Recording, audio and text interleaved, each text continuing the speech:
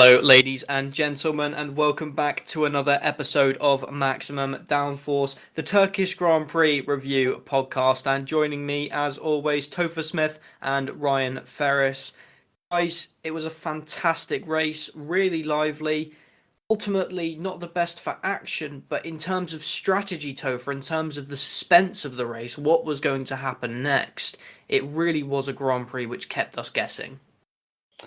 In some ways it was, and in some ways it wasn't. Because going into the race, I saw that it was going to be a wet race, and usually wet races are very eventful and quite chaotic in a lot of instances.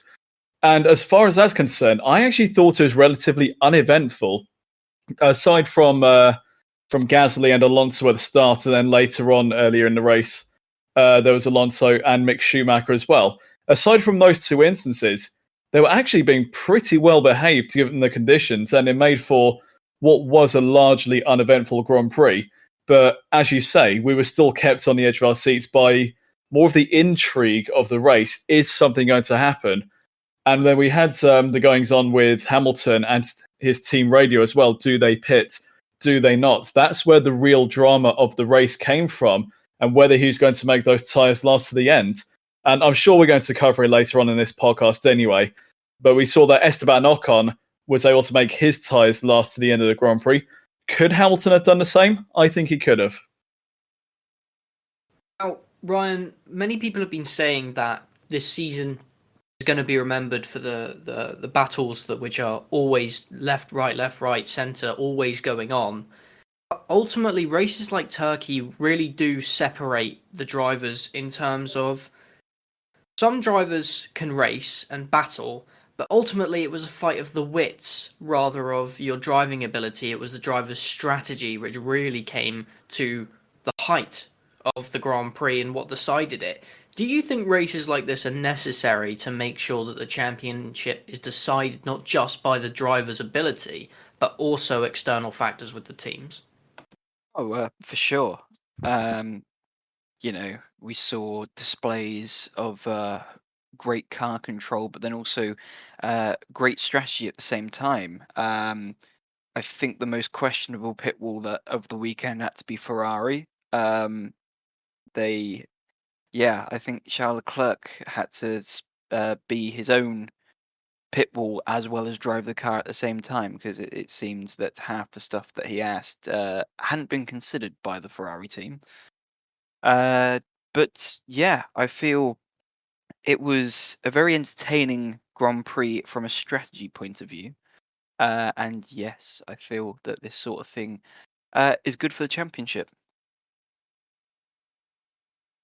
Now, ultimately, Topher, it was Valtteri Bottas who ended up taking the race victory. It wasn't Verstappen, it wasn't Hamilton, it wasn't Perez. It was finally the Finns' turn on the top spot of the podium, and it was fantastic to see Bottas come back after a poor season, after he struggled to match Hamilton for much of the season.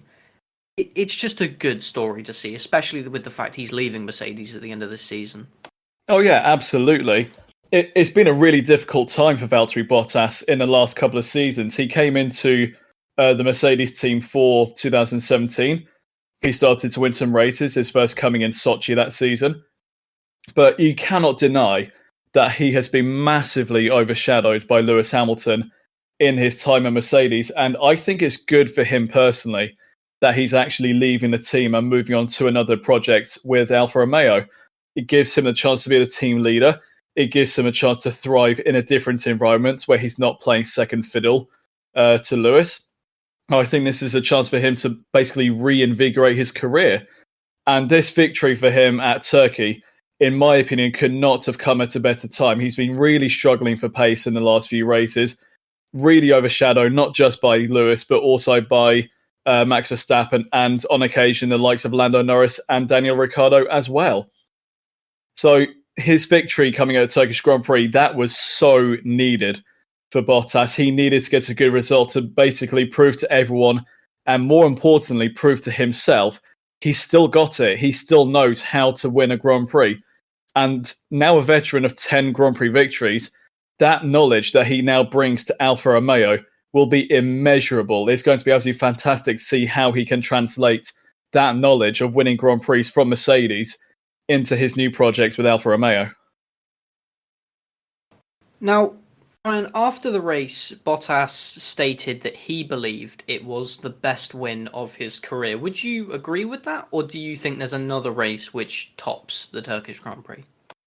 I mean, it was a very good race. He pretty much dominated from start to finish, and also pulled off a fairly good move on Charles Leclerc going into turn 1 to retake the lead. Would I consider it his best? I mean, he did manage the changeable conditions very well, but the one that always stands out for me was his first win at Sochi, when obviously he hadn't won a Grand Prix before, and he had a very experienced Sebastian Vettel in a very quick Ferrari at the time, hounding him for it lap after lap, putting him under immense pressure. And I think for me that's the standout victory that Bottas got. Just for my own personal opinion on that particular question, this latest victory that he's got in Turkey, I think I would definitely rank amongst his best. I don't know if I'd say it's his absolute best, but if you take into consideration all of the different factors of that race, I mentioned earlier, the pressure of being the second fiddle at Mercedes, the pressure of knowing that you're out of the top team at the end of the season, throw in the weather conditions, throw in the changeable conditions, the attack of Max Verstappen behind, and also Sergio Perez coming up into third as well. So many different amounts and types of pressure going on within that particular race from his job and from the on-track conditions. And he handled it well. He made it look really easy and was effectively dominant in that race. No one really got near him, if you think about it. So I'm not sure if I make it his number one victory, but it's definitely up there. I'd say probably within the top 3.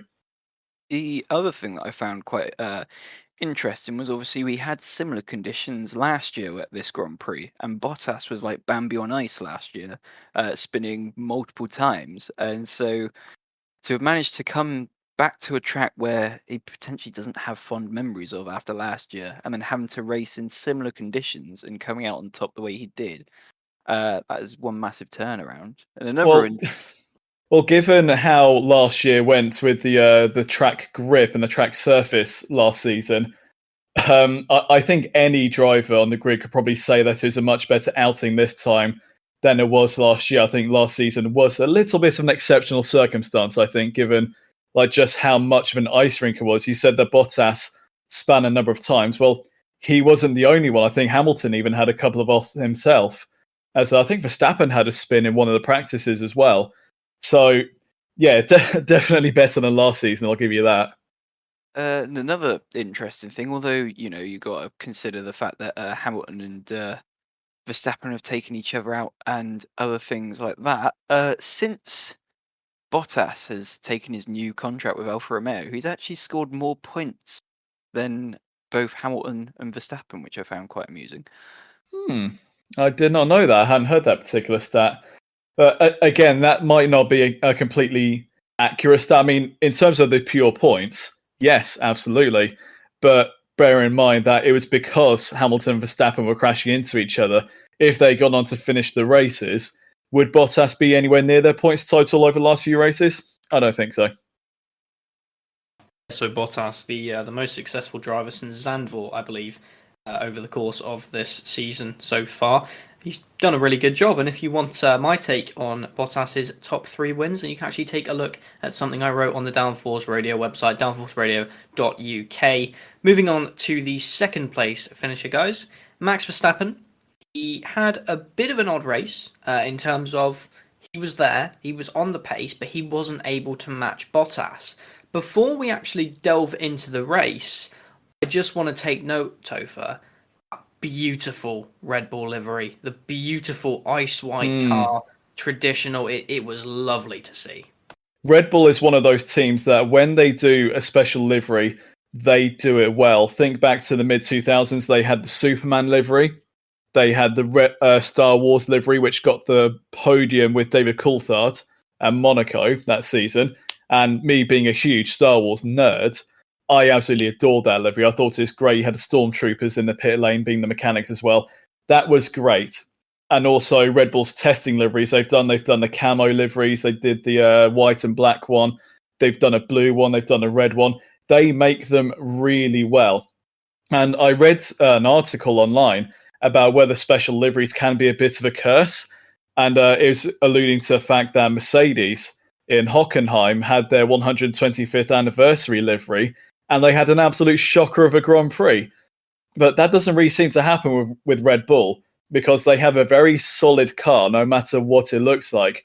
So when it comes to livery, it doesn't really affect their on-track performance in any way, but they make them look really beautiful. And the white livery in tribute to Honda that they brought to Turkey in what should have been the weekend of the Japanese Grand Prix, so very fitting that they brought it in for this weekend.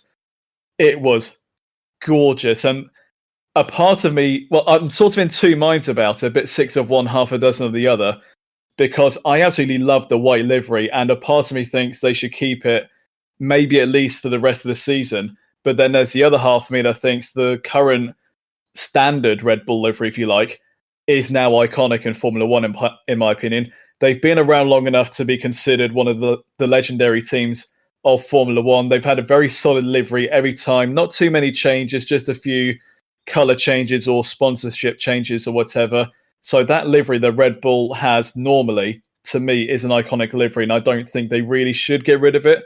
But nothing wrong with a special livery every now and then. I think the one they had in Turkey was great.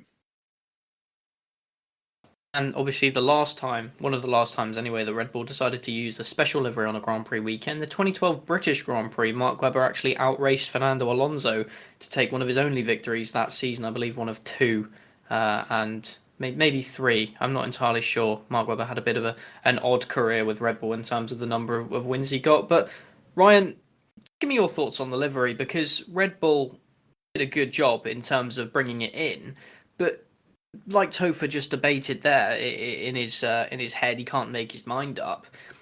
The idea of a special livery is that it should be special, and the amount of people I've seen campaigning for these liveries to either be removed or maintained or kept, ultimately I think it should just be kept to this single Grand Prix. Well, yeah, the idea of this livery was that it was going to be the Japanese Grand Prix this year, and obviously it's the last year with Honda. Whether or not they do decide to take on some different project next season, and yeah, just to keep it for this Grand Prix. The thing I did like is the fact that the actual original Red Bull livery with the red pin strip down the side of it actually fitted in with the old 1960s Honda livery, because the old 60s Honda was white with red pin strips on it. So that was kind of a thing that kind of, I don't know, appeased my OCD a little bit. But yeah, I love the odd livery change. I mean, I was one of the odd people that when I first saw the McLaren livery, I didn't quite clock it at first, but I thought they were going to be running that livery for the whole season, which I was like, no, I don't want that. But when they said it's a one-off, I'd be like, oh yeah, no, that's pretty cool. That, and I think the one-off makes it, like you said, that more special, because it is a one-off. It's not something that's going to be used for multiple races.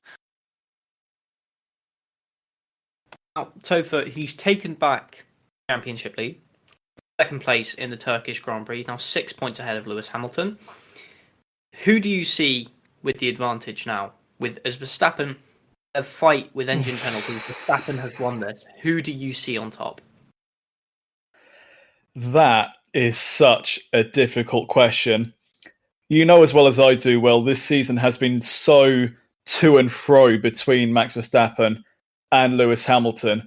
I think it's pretty clear now it will be one of those two drivers. I don't think Bottas is going to pull anything out of the bag to steal the title for himself. Lando's not been consistent enough to mount any sort of title challenge, in my opinion, and Perez will be playing second fiddle to Verstappen. So it is definitely between Max and Lewis for the title, but as to who's actually got the advantage at the moment, well, on paper, it's Max, as you said. It's a 6-point advantage in his favour at the moment, but that's less than a difference between first and second place. So at the next race at the Circuit of the Americas, where Lewis, as we know, historically is very good around that circuit. If he finishes first and Max finishes second, it swings back the other way again, and then Lewis has the advantage going into the next race after that. So a lot of the time we'll say it's still too early to predict anything for the championship. Even with only, 6 or 7 races to go, I still think it's too early. Ryan, your thoughts on the championship fight at the minute? I mean, yeah, I think it is a little too early. It appears that Mercedes have brought in a few minor upgrades that seems to have improved the car and been a bit of a step forward.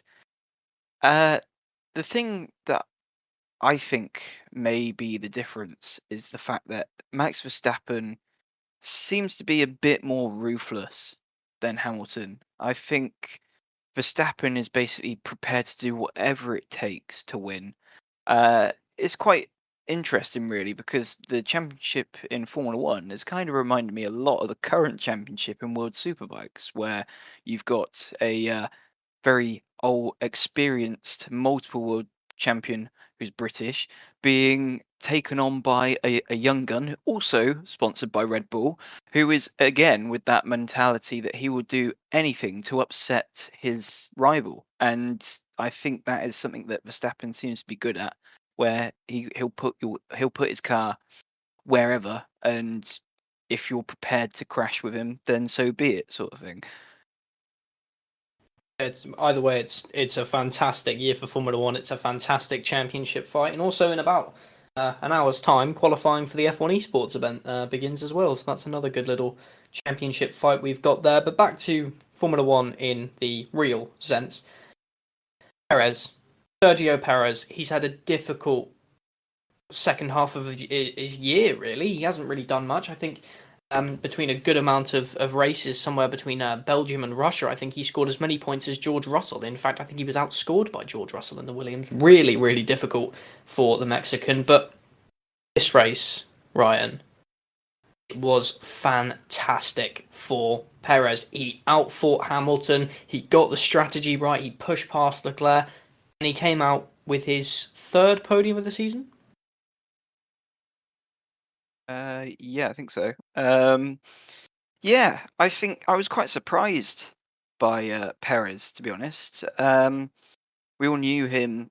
This could be a good race for him because it seemed tyre conservation was at a premium in this race, and it was whoever kept their tyres in the best nick seemed to be doing okay. But yeah, I was quite surprised to see the robust and how hard defense and fight back that Perez had against Hamilton. It was basically almost as if he'd took a copy of the Max Verstappen defense and attack book and just channeled it all the way, because I was not expecting to see. I was expecting to see, him put up a bit of a fight, but then eventually roll over. But he did not do that, and he even got passed on the main straight by Hamilton.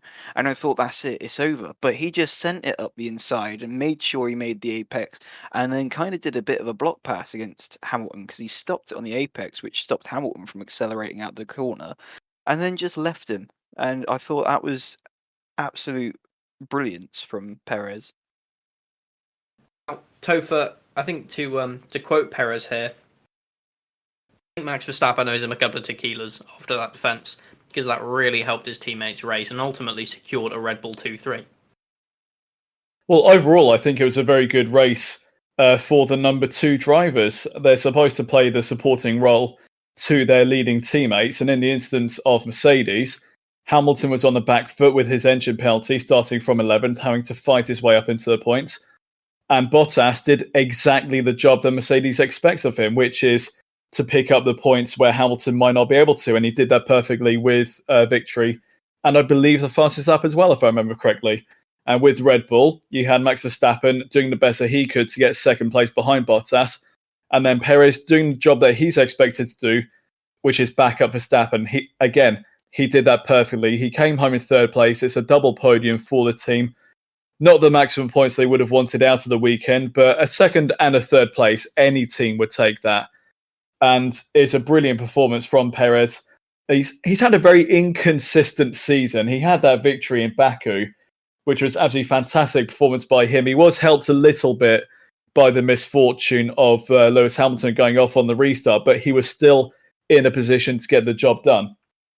Since then, results have been a little bit harder to come by. He has picked up points here and there, but Turkey was his first podium since the French Grand Prix earlier this year.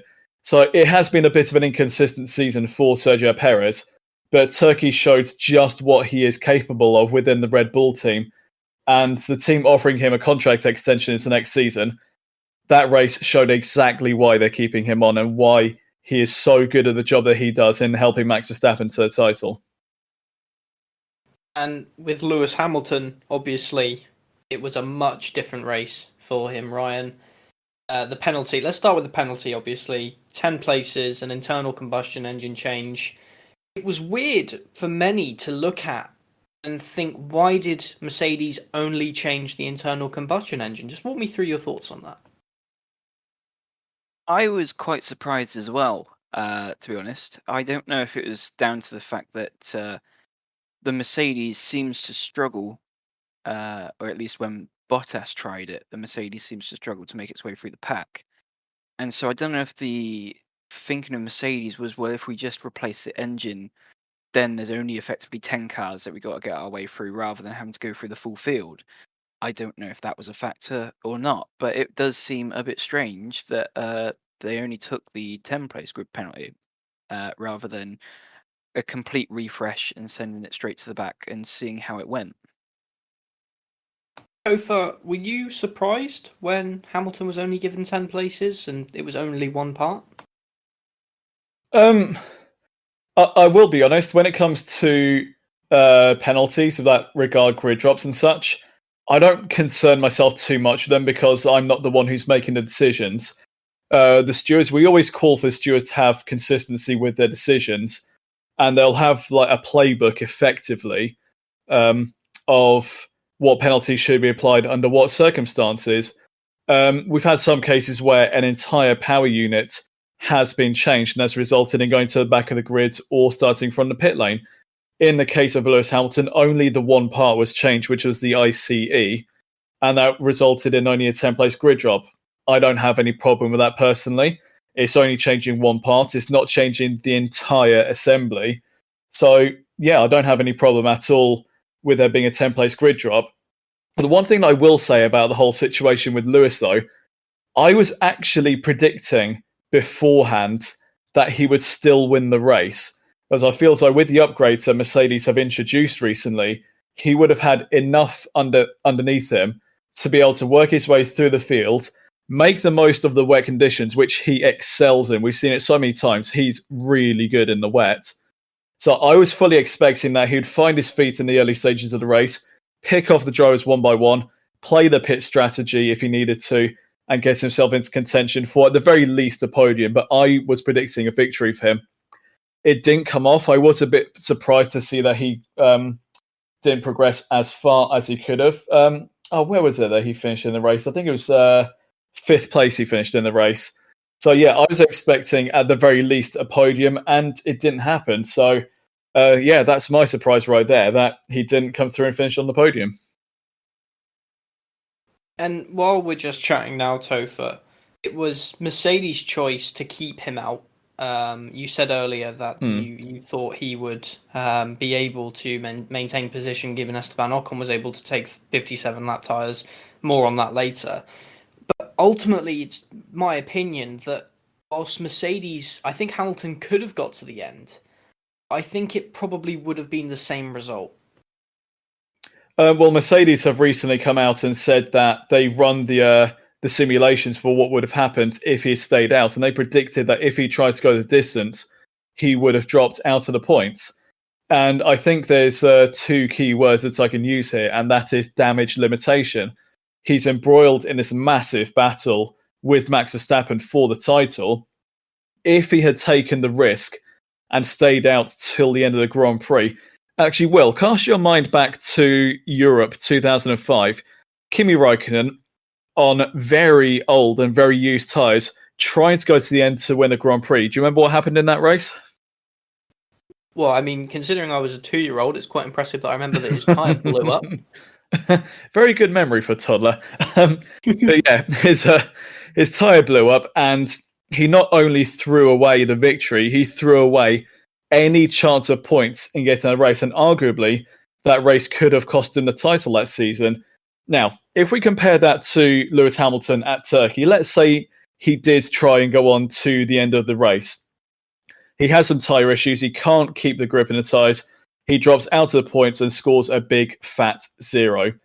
Fast forward to the end of the season, we've had the last race, the title is decided, and Lewis Hamilton misses out by, let's say, 3 points for argument's sake.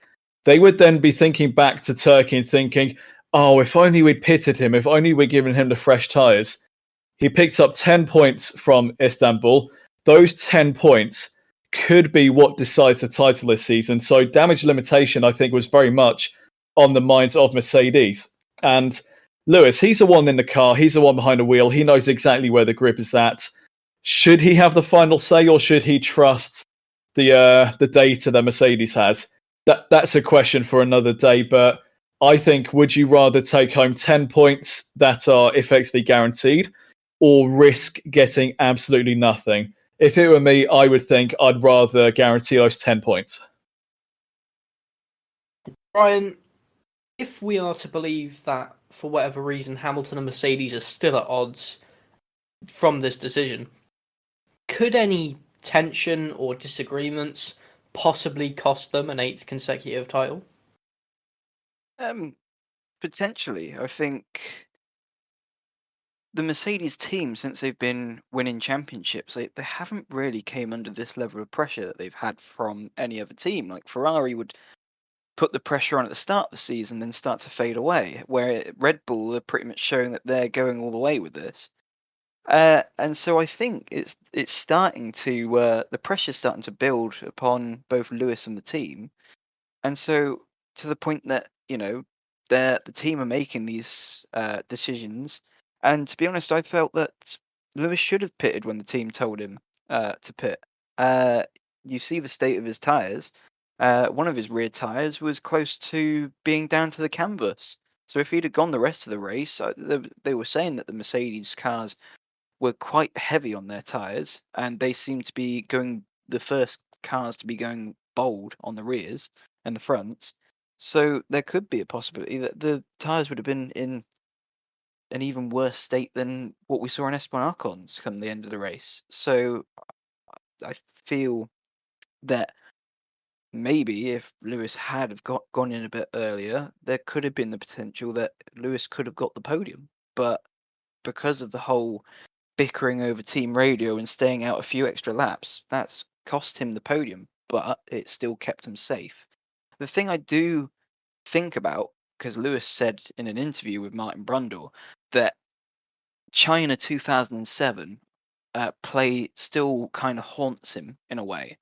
So I don't know if Hamilton's got a phobia of entering pit lane in a wet race, and he wants to try and avoid having to do that if he can, because he knows what's happened in the past, and he knows when you go into pit lane, there's not many cars going through there like there is on track, so it's going to be wetter.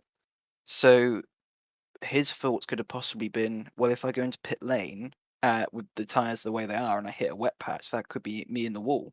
So that's the only thing I can kind of think of.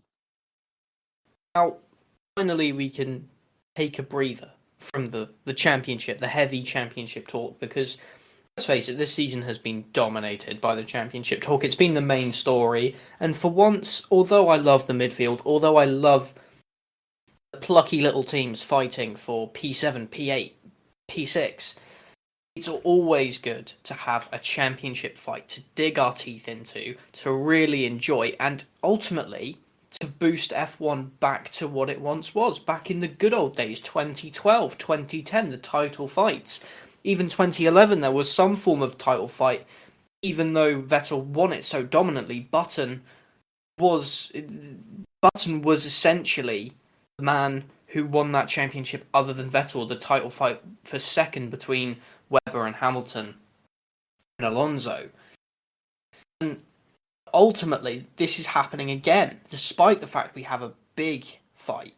We've got this battle between, you could even say, Bottas, Perez, Leclerc, Norris, Sainz for third in the title. Obviously, I think now that Bottas and Perez are starting to pick things back up, they're starting to boost their pace back again. I think maybe third might be a bit of a tough shot, but fifth, definitely. And Leclerc was the biggest winner in this fight. He took fourth place for Ferrari. He now sits just half a point behind teammate Carlos Sainz Topher.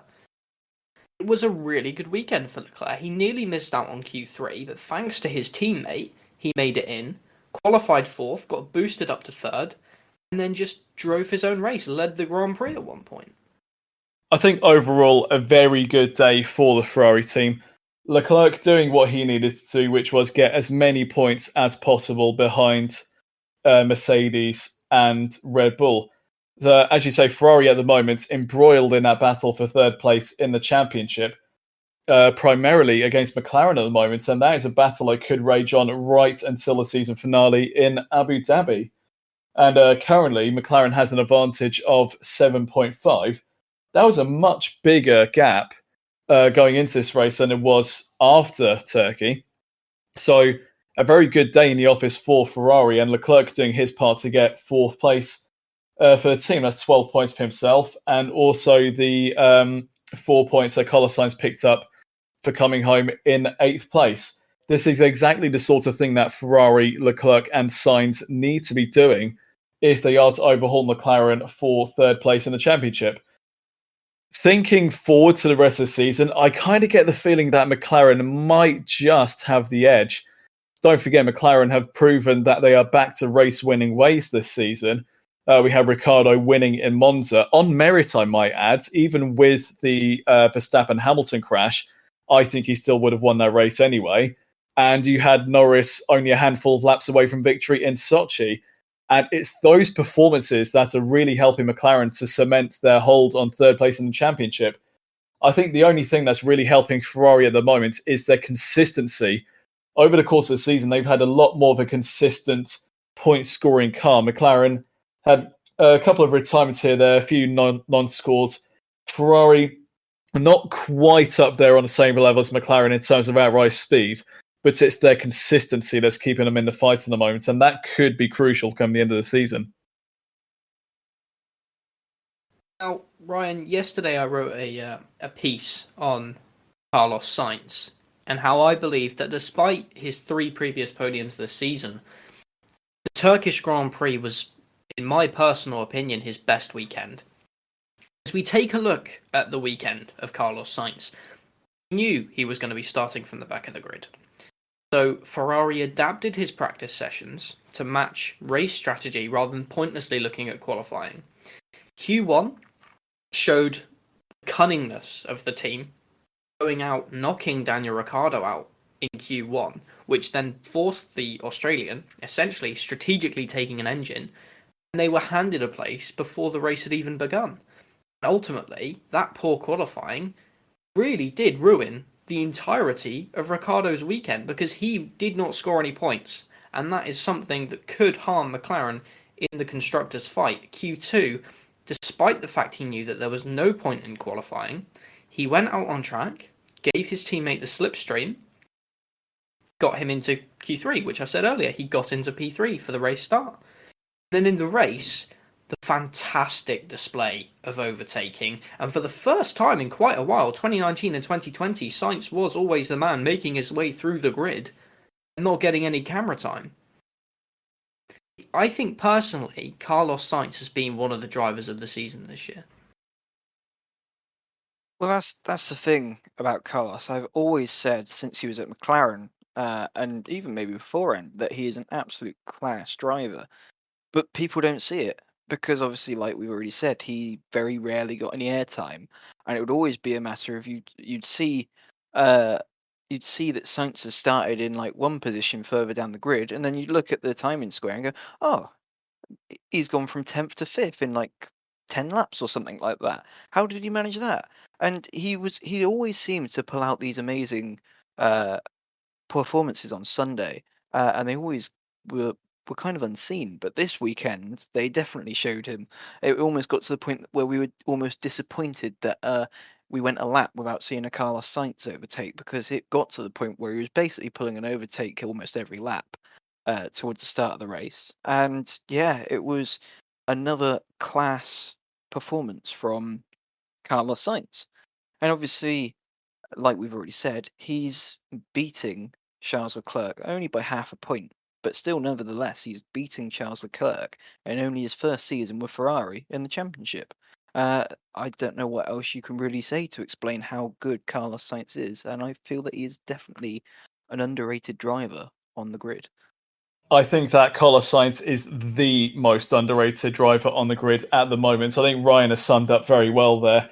He's putting in some exceptional performances ahead of Charles Leclerc in the standings, and also has the current longest active streak of points finishes on the grid at the moment. He scored points in the last 9 races, and that also includes starting from the back in Turkey and coming through to score points there.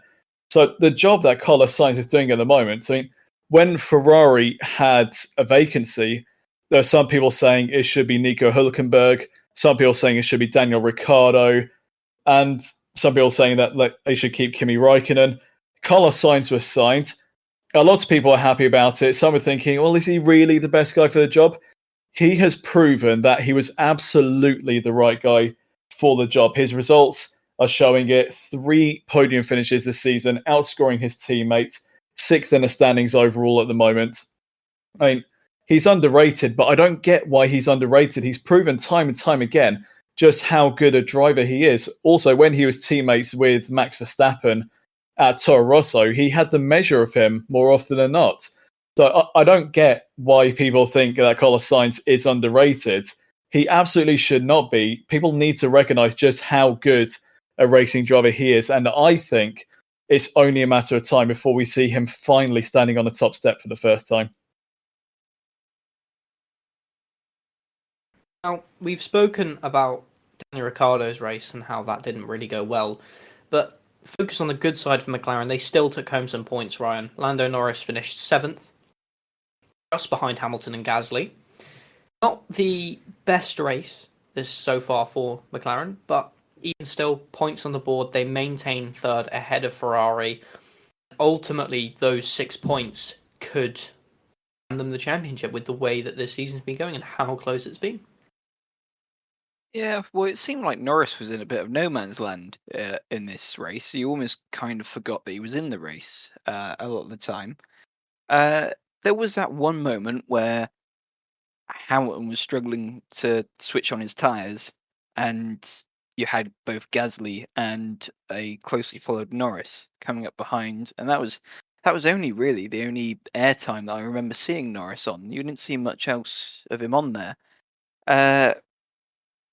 And yeah, obviously you had Ricciardo, which, to be honest, obviously he was struggling at the back. But then once Ricciardo and the team decided to switch up the strategy and do that early pit stop for a new set of intermediates, he did begin to climb his way up the order.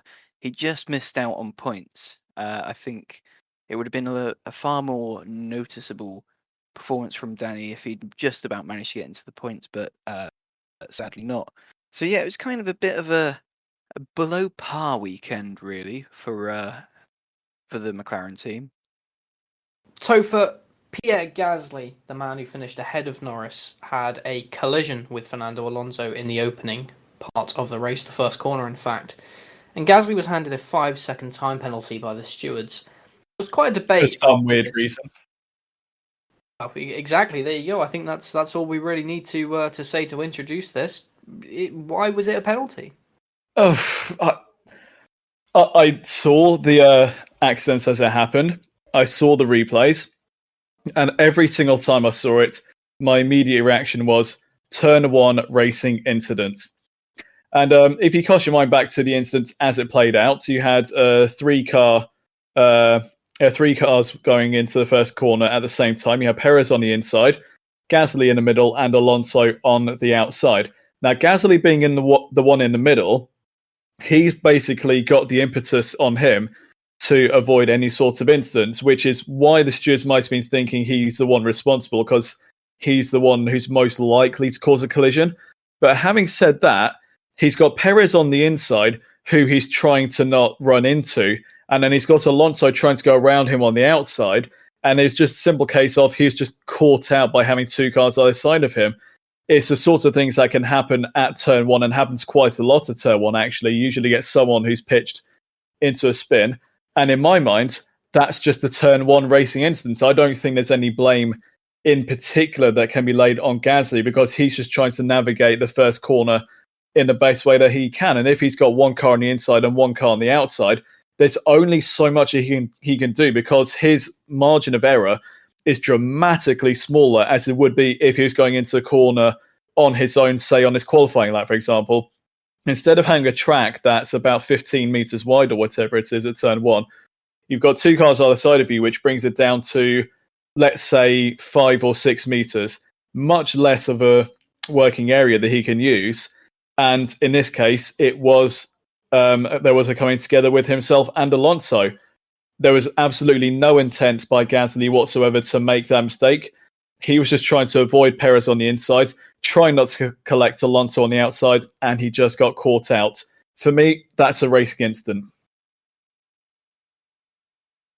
Yeah, Ryan, I think it just highlights the nature of Formula One now. Something really does need to be done about these penalties, because it seems like every incident must have some form of blame given to someone. Yeah, it's a bit of a strange one, to be honest, because I felt like that we were going through a period where, the stewards were being a bit more lenient and kind of saying it was just a racing incident.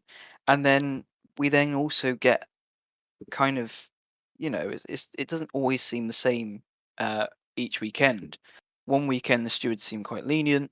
Another weekend it's like, well, if there's any form of contact or any discrepancy, there needs to be a penalty awarded. And I kind of felt sorry for Gasly in the way, even though I was hoping to see Alonso be able to show off his ability from what was basically his best qualifying performance since when he was back at Ferrari in 2014.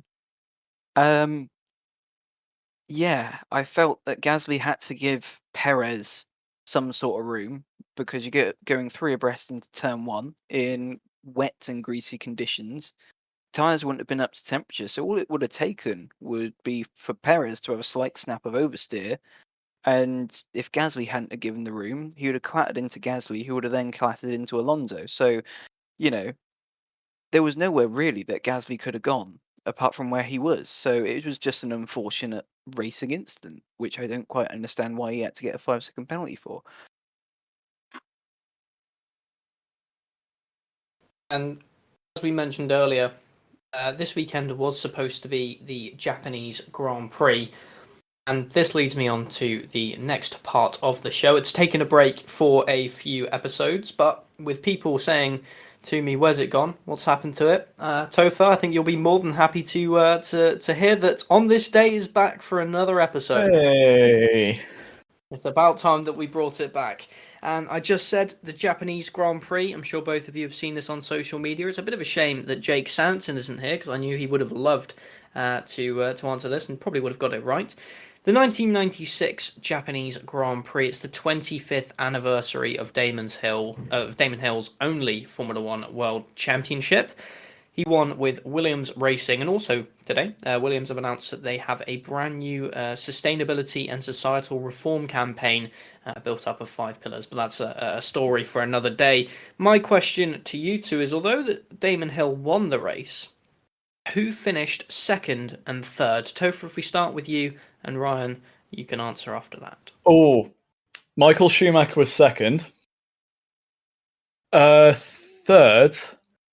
Oh, it was a McLaren.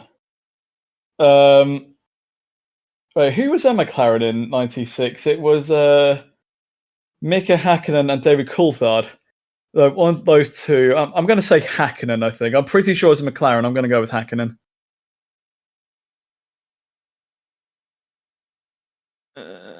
I don't. Obviously, Villeneuve went out in that race. It's never been something I've paid attention to. It's always just been the I have to stop because I got a lump in my throat line that I just remember, and I never remember seeing the podium.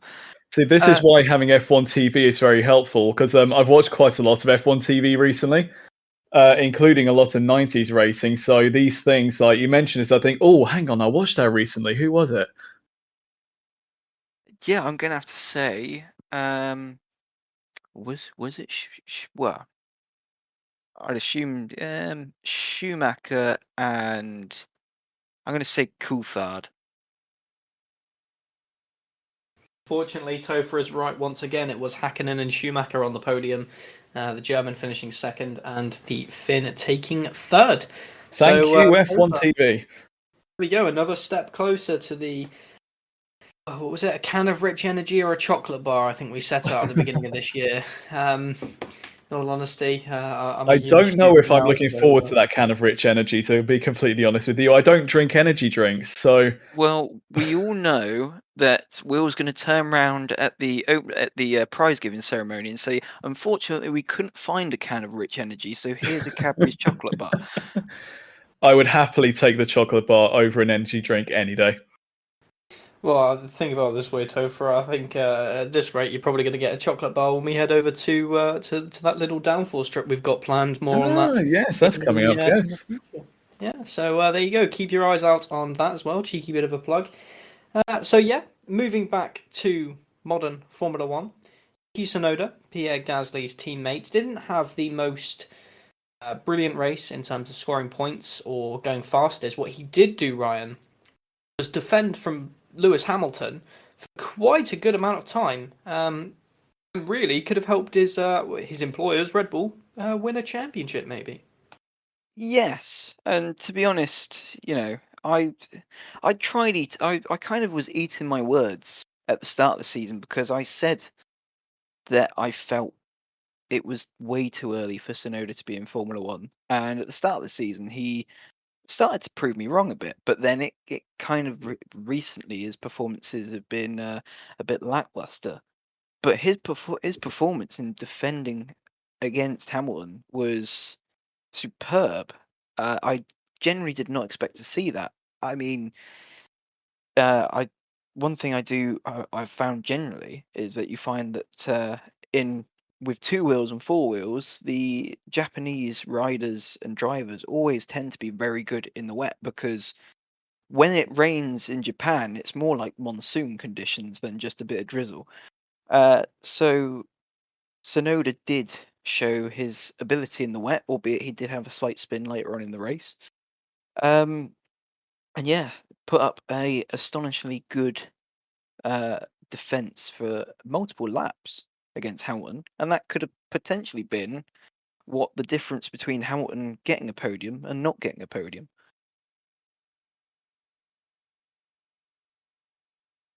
Certainly, I think we can all agree that Yuki Tsunoda did have a really good chance to show that he can defend and he can drive that car and ultimately hold behind some of the best. There's no doubt in my mind that Lewis Hamilton is one of the best of all time.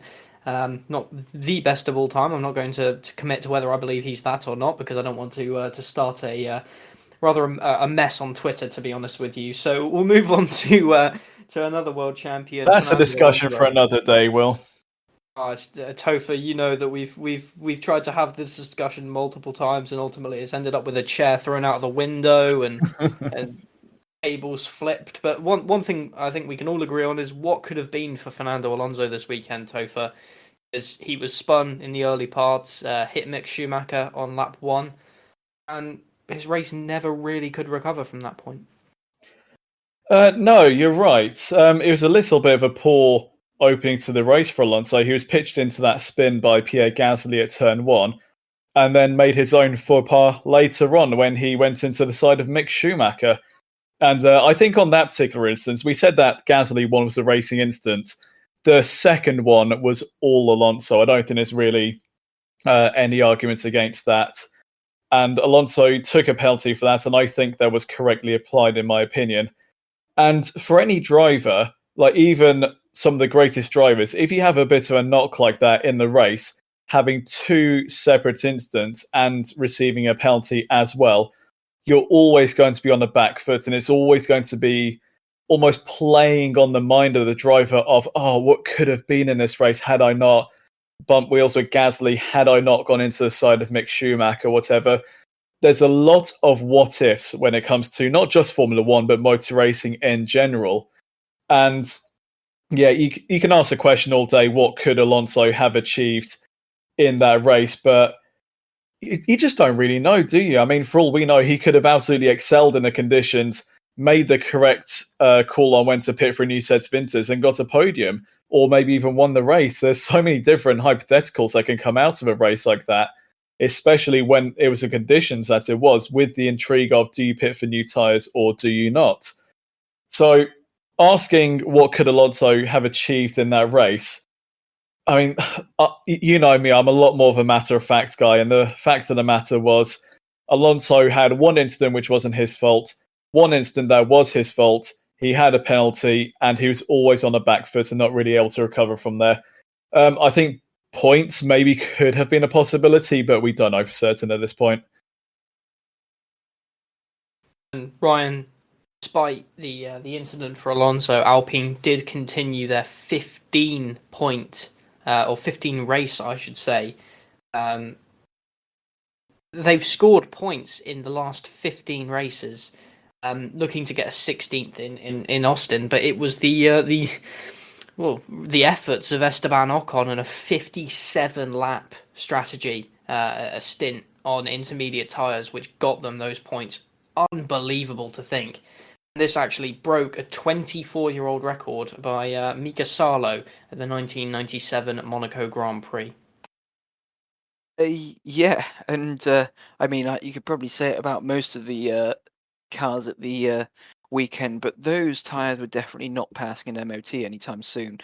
They just there was a whole bold spot where you could actually see the entire canvas on his front right tyre. It's truly amazing that he managed to get those tyres to live and carry on the way that he did and bag points with those tyres as well. Truly amazing drive from Ocon. Although you have to think, if he had have pitted for some new tyres, would he have been in the same place, or would he have actually been a little bit further up? But who's to know? This Grand Prix, I think most of this Grand Prix, coming to the end of it, was a Grand Prix of a lot of ifs, buts, and maybes from almost all the teams. But yeah, a very amazing performance from Ocon. Topher, just reflect on that number. 15 races that this team have scored points. 15 in a row. That's fantastic from Alpine this year. I mean, it's a word that I mentioned earlier in this podcast, and that word is consistency. Alpine have built themselves a very solid car for this season, and a race-winning car as well, with Esteban Ocon at the Hungaroring. And it's not going to be a world challenger anytime soon. They're not going to fight for the title this season. I think that's pretty clear now. But it is a very handy racing car they have. And with two exceptional drivers, Fernando Alonso, a two-time Formula One champion, and Esteban Ocon, a GP3 champion and now a race winner within Formula One, they have a very strong lineup, and they are making the most of the machinery they have at their disposal.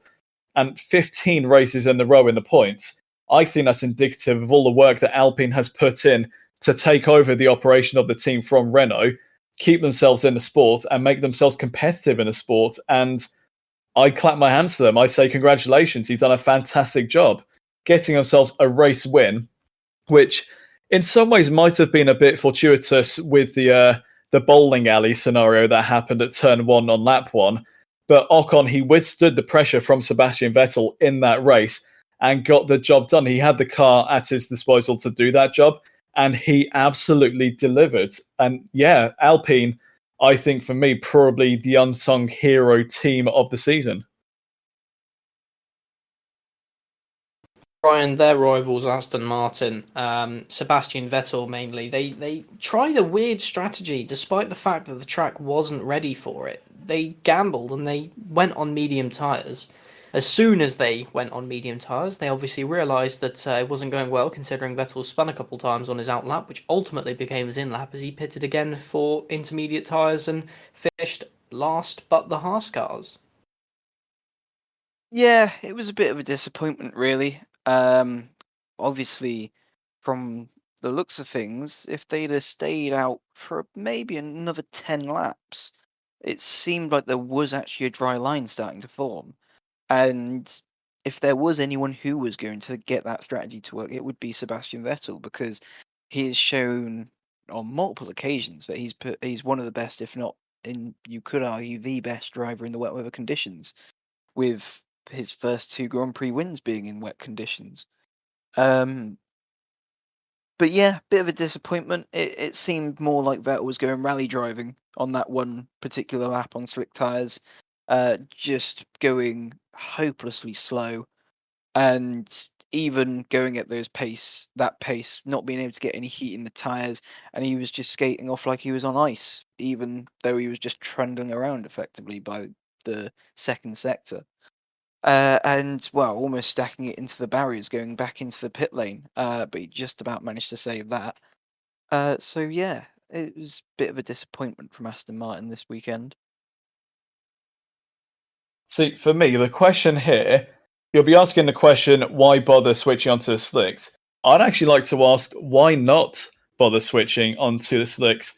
As at that particular point in the race, there was a possibility that the track would start to dry up and get to a point where it was most definitely weather for slicks. And Aston Martin, they weren't really in that much of a position to score many points anyway. So for a team like Aston Martin that's re-establishing itself in Formula One, trying to get some decent results and trying to get the points on the board, why not give it a go? You got a driver in Sebastian Vettel, as Ryan just said, is very good in the wet. And if anyone was to be able to make their strategy work, it would be him. So why not take that gamble? Why not take the risk? And one thing I will say to that is, if that strategy had have worked, if it had dried up enough that it was ready to go to slicks and he was already on the slicks, he would have looked an absolute hero in those conditions. Unfortunately, it did not work for him, but given the circumstances, given the aspirations of Aston Martin, why not give it a go? And I suppose you could label him Vettel's protege, Mick Schumacher.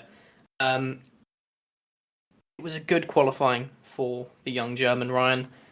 Really, really good Q2. Thoroughly outperformed Nikita Mazepin once again. And collision with Fernando Alonso. I'm not sure whether he would have been able to score points. I'm not sure how he would have done in the race. But I don't think he would have finished 19th.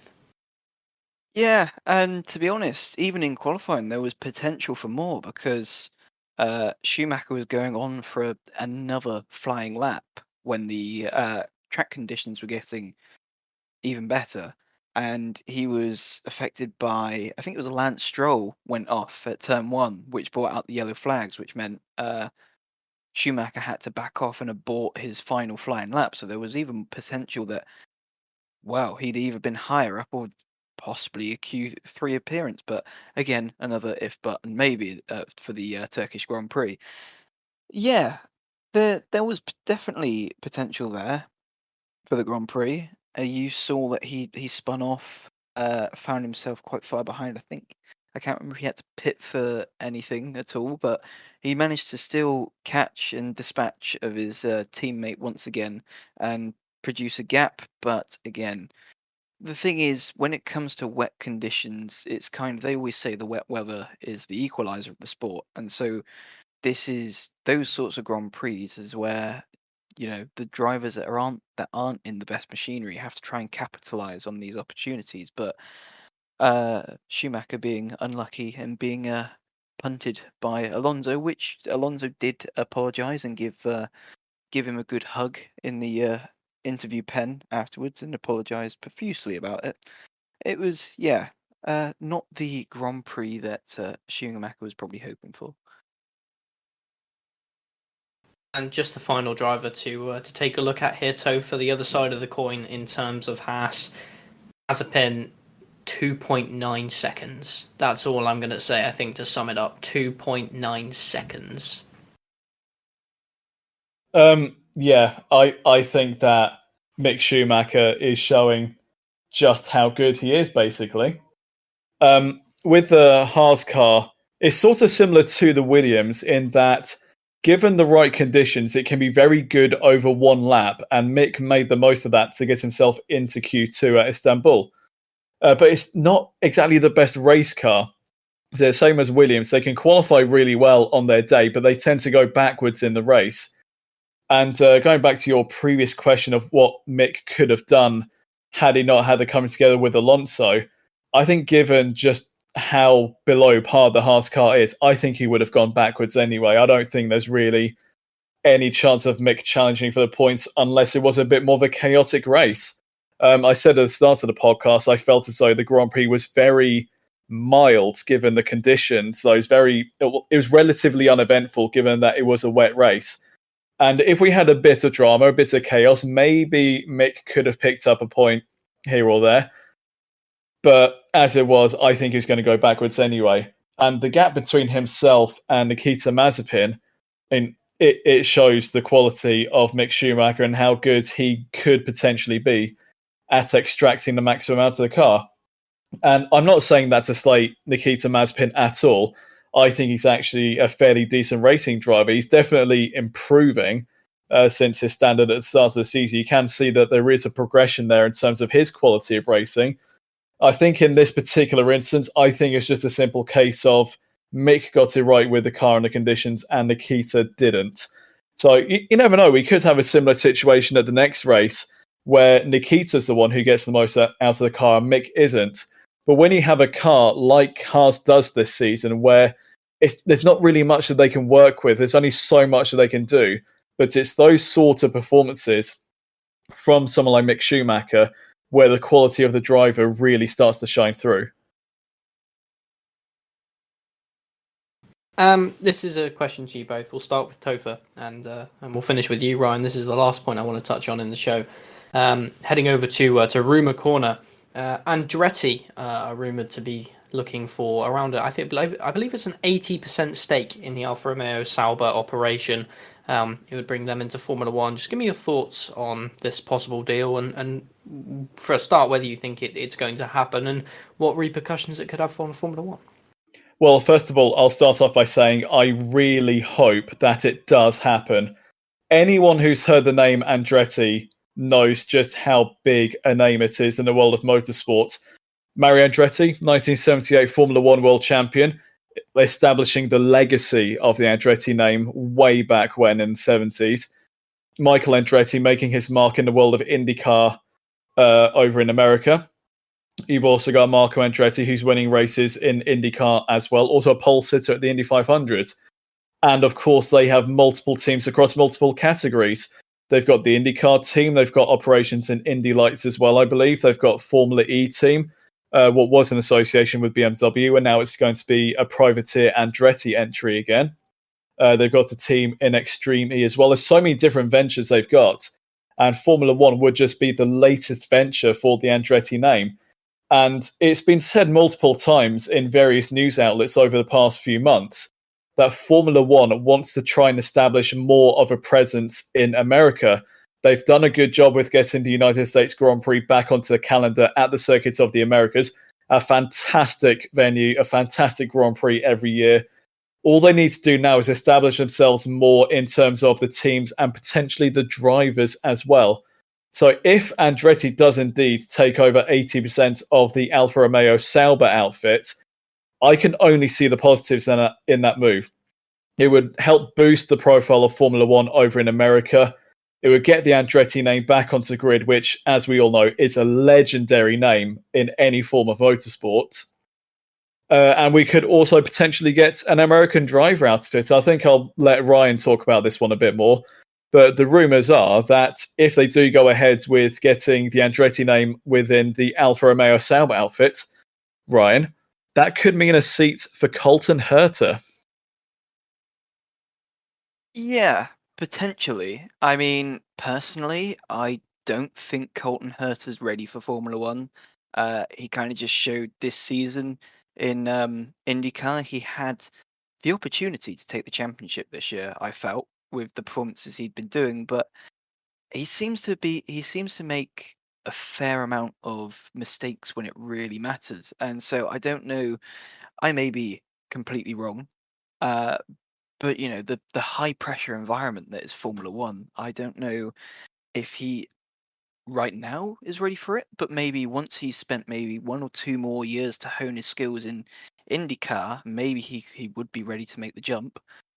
But yeah, it would be for America, because I think obviously they've got Haas in Formula One, and I just feel like Haas hasn't quite got that marketability in America. It seems, even with a name like Schumacher in the team, I've been on some sort of forums, and they're basically saying how Haas merchandise is struggling to sell over in America. So I think if they get a big American motorsport name like Andretti in, it would put more bums on seats at races, and I think the merchandise sales would go through the roof when it comes to America, because it just seems, even though they have got Haas, it still feels like America are a bit distanced from the world of Formula One. Well, what you were saying about Colton Herta not being ready for Formula One, I will agree that there have been some mistakes that cost him the title this season. One high-profile example of that being at Nashville, where he was absolutely dominating that event, fastest in practice, fastest in all stages of qualifying, and was easily set to win that race before he put it in the wall. But if you consider the options that America has for a Formula One driver, I think I'd probably put him among the top drivers with the likes of Joseph Newgarden. Newgarden, in case you don't know, he was being touted as a possible driver for Haas way back when. When he was in his junior career, he came over to Europe, competed in GP3 with a view to one day reaching Formula One. And it didn't work out for him in that particular instance. He went back over to America, and he's now, a two-time champion of IndyCar, I think. So he's done a fantastic job in America. And there were people saying maybe he could be a driver that Haas would take on for their Formula One project. But if you look at Colton Herta, what he's achieved in such a short space of time, yeah, he does make the mistakes, but those come from inexperience more than anything. But he's already a 6-time race winner within IndyCar. And I'm not sure if he quite has the super license points just yet, which would maybe deny him a Formula One seat for 2022. But if you're asking in terms of who would be the best man for the job in terms of bringing an American into Formula One, Joseph Newgarden, I think definitely would be within the argument, but it's a case of whether he would want to go to Formula One anymore. He might not, I don't know. But if it were down to me, I think Colton Herta's blend of youth and raw pace, I think that's not only a great option for Andretti if they do go to Formula One, that's just great for the American market and someone that as marketable as him as well. He's the son of Brian Herta, a legend in IndyCar in his own right. Think of the possibilities in terms of merchandise sales and marketing for the Americans should they get a Herta into Formula One. Yeah, and I think the other thing that you could potentially consider from this is Colton Herta's teammate is none other than Alexander Rossi, who has dabbled a bit with Formula One. He spent a bit of time with Manor, and he wasn't too bad either when he was at Manor. So to be able to be beating him is obviously shows his performance. So yeah, he is there. But then also you could say with Alexander Rossi, although you could say his time has passed now, you could say that with Alexander Rossi being within the Andretti squad, he's already got prior knowledge of the Formula One paddock and racing in Formula One. You could possibly also put him in on the shortlist, maybe? Possibly, yes. But if you bear in mind that when he joined Formula One, it was with the Manor team, as you said, who at the time were among the slowest cars in the field. I think he got a best finish of like P15 or something, so not really within reach of any points. Then he goes over to America with the Andretti squad, wins the Indy 500 as his first attempt, and fights for the championship.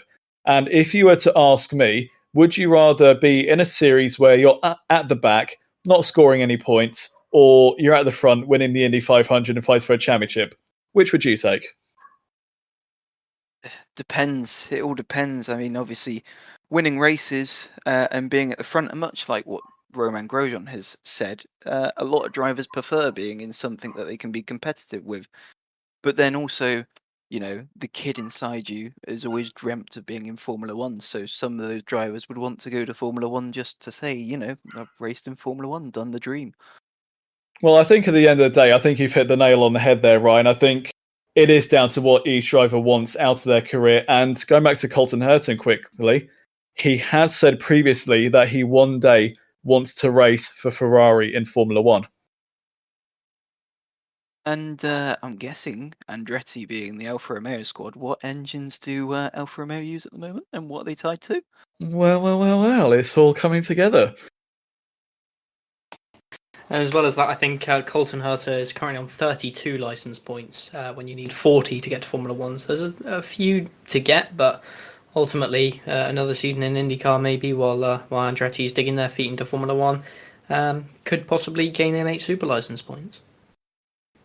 Anyway, that is all we have time for, I'm afraid, guys. It's been wonderful talking to you both about the Turkish Grand Prix and all the different rumours going around at the Formula One paddock at the moment. Thank you very much, Topher and Ryan, and thank you very much to all of you listening at home. It's been another fantastic episode of Maximum Downforce, the official Downforce Radio Formula One podcast.